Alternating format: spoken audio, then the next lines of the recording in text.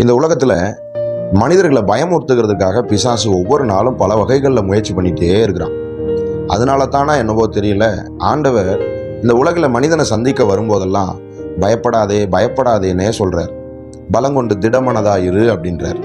சில நேரங்களில் உங்க இருதயம் கலங்காது இருக்கட்டும் அப்படின்னு சொல்லி ஆண்டவர் பேசுறார்.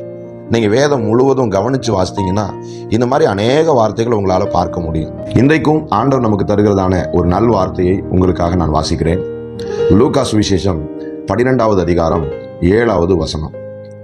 பயப்படாதிருங்கள், அநேகம் அடைக்கலான் குருவிகளை பார்க்கிலும் நீங்கள் விசேஷித்தவர்களாய் இருக்கிறீர்கள்.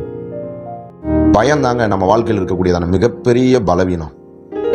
பயம்தான் பிசாசு கையில் இருக்கக்கூடியதான ஒரு பெரிய ஆயுதம்.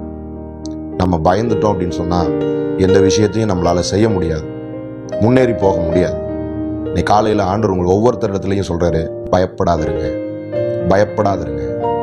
இந்த வார்த்தையை ஆண்டவர் சொல்லுகிறதான இந்த சூழல்ல நம்ம பயப்படாது இருக்கிறதுக்கு 3 காரியத்தை ஆண்டவர் நமக்கு நினைவுபடுத்துகிறார். அதை நமக்கு தெளிவுபடுத்துறார். அது என்ன அந்த 3 காரியம் கவனிக்கலாமா?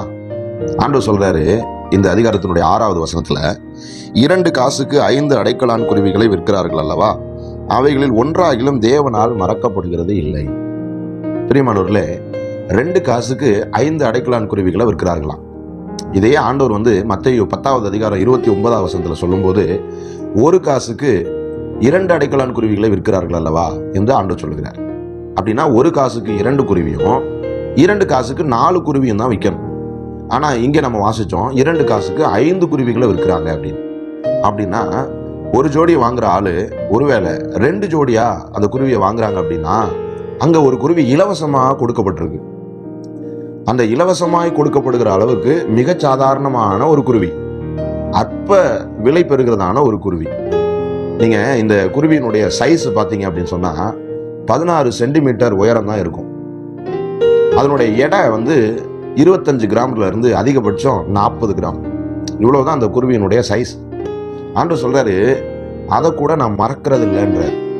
வேத பண்டிதர்கள் சொல்றாங்க, இங்க ஆண்டவர் சொல்லி இருக்கிறதான அந்த மறக்கப்படுகிறது இல்லைன்னு சொல்லப்படுகிற அந்த குருவி 5வதா இலவசமா கொடுக்கப்படுது இல்ல, அந்த குருவியை தான் குறிப்பிடுறாங்க. அப்படித்தான் எபிரேயத்துல இந்த வார்த்தைகள் எல்லாம் குறிக்குது சொல்லுது அப்படின்னு சொல்லிட்டு அவங்க சொல்றாங்க. அப்படின்னா ஆண்டவர் அந்த அற்பமான ஒரு உயிர் மேல கூட எவ்வளவு கரிசனையா இருக்கிறார். அதைத்தான் இன்னைக்கு காலையில் ஆண்டவர் நம்மகிட்ட சொல்றாரு, நீங்க பயப்படாதிருங்க. ஏன் தெரியுமா? அற்பமான ஒரு குருவி, மிக சாதாரணமான விலை பெறுகிறதான ஒரு குருவி, இலவசமா கொடுக்கப்படுகிறதான ஒரு குருவி, அதன் மேல கூட நான் கரிசனையா இருக்கிறேன்.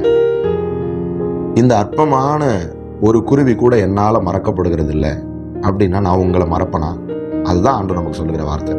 ஆமாங்க, ஆண்டவர் நம்மளை மறக்கிறதே இல்லை. ஸ்திரீயானவள் தன் கற்பத்தின் பாலகனுக்கு இறங்காமல் அவனை மறப்பாலோ, அவள் மறந்தாலும் நான் உங்களை மறப்பது இல்லை. அப்படித்தான் ஆண்டவர் சொல்றார். நிச்சயமா தேவன் உங்களை மறக்கவே மாட்டார். 2வதாக இந்த பகுதியில் நம்ம கவனிக்கக்கூடியதான ஒரு முக்கியமான விஷயம் என்ன அப்படின்னா, 7வது வசனத்துல ஆண்டவர் சொல்றாரு, உங்கள் தலையில் உள்ள மயிரெல்லாம் எண்ணப்பட்டிருக்கிறது.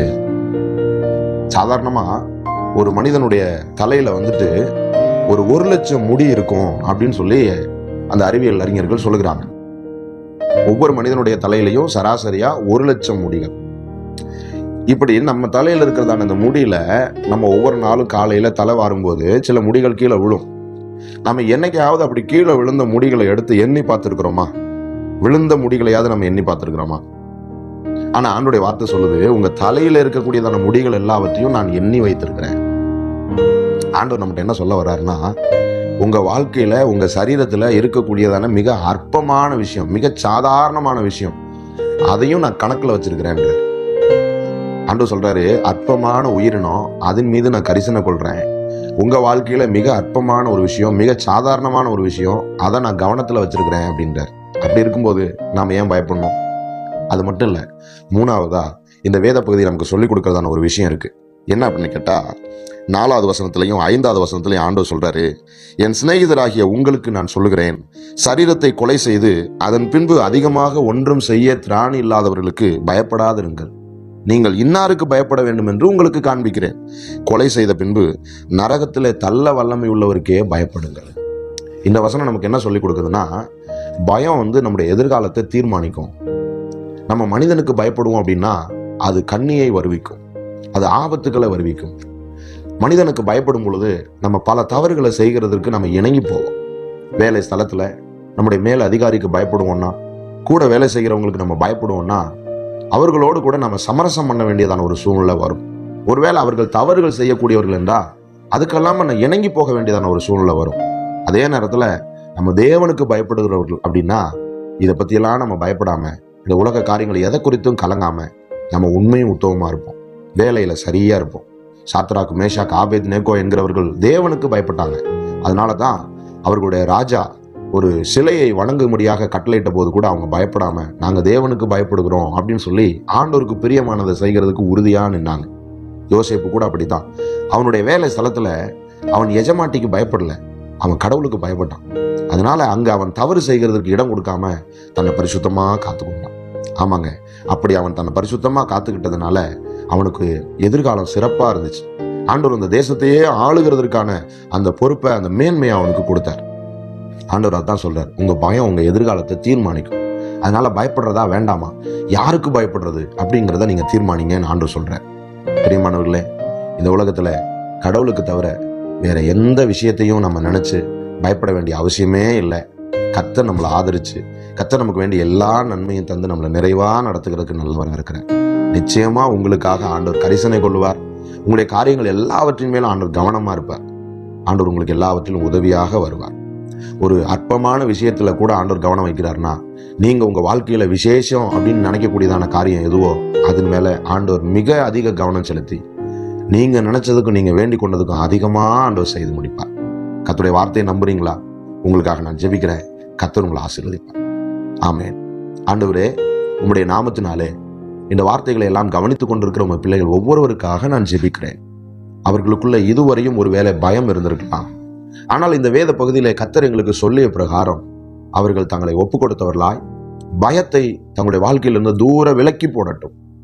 அற்பமான ஒரு உயிரின் மீது கூட ஆண்டவர் கரிசனை கொள்ளுகிறீர். எங்களுடைய வாழ்க்கையினுடைய மிக சாதாரண விஷயத்தில் கூட ஆண்டவர் கவனம் வைத்திருக்கிறீர். இதை நாங்கள் எப்போதும் நினைத்து உமக்கு மாத்திரம் பயந்திருக்க ஆண்டவர் கிருபை தாரும். ஒவ்வொருவரையும் ஆசீர்வதியும். இயேசு கிறிஸ்துவின் நல்ல நாமத்தில் வேண்டுகிறோம் பிதாவே. ஆமென். ஆமென். God bless you. ஆண்டவர் உங்களோடு கூட இருப்பாராக.